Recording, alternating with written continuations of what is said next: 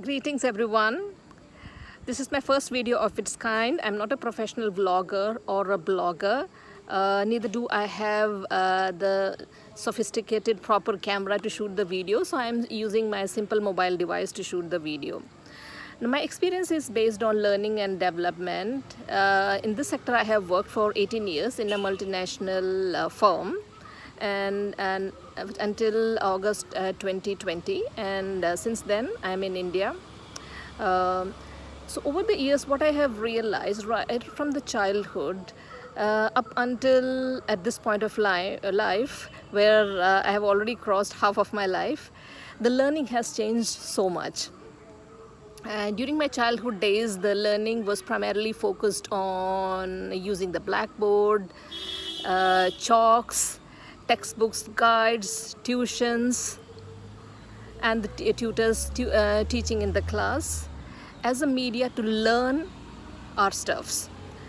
Now that has dramatically changed over the period of years. It has been changed to using the whiteboard markers, then flimsies, transparencies, computer, tablets, and there are a lot of online platforms to aid the learning, for example, team sites, webinars, and a lot of various other stuffs.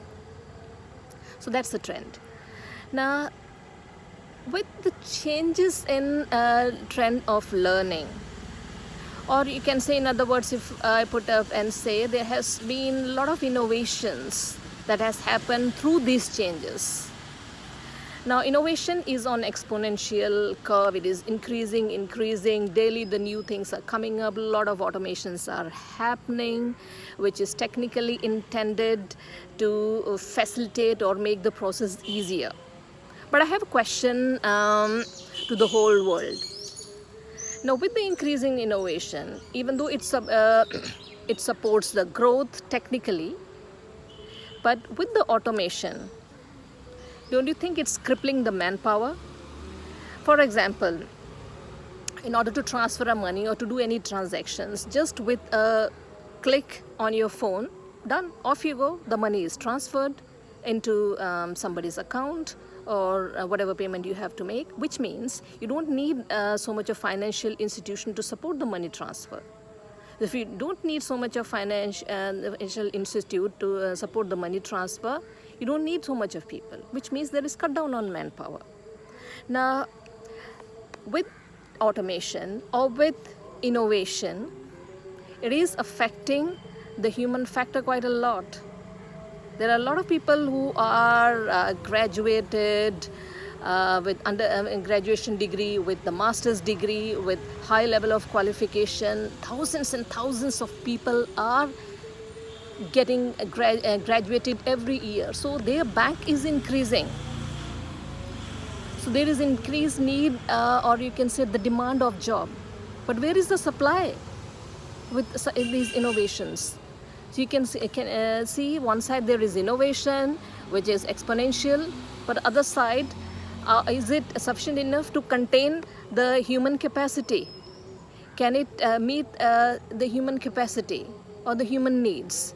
No, the basic needs of people in general are getting compromised. So what happens as a result?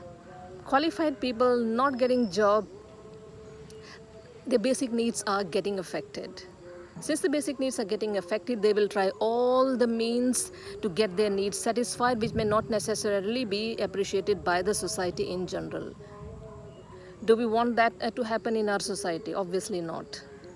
So my dear world, it's time to reflect on one side you are thinking about innovation, but other side you need to definitely look at the big picture and the impact it has got on the mass population, or it will have on mass population. You need to strike a balance between innovation and creating jobs for the generation, not compromising the basic needs. I'm not going to edit the video. I'm going to post it as it is. So there are so many overlaps during my speech. So you can, excuse me for that. So anyway, that's what I feel that I need to put up for now. And I'll look for more interesting subjects to post my video on. Signing off. Bye bye.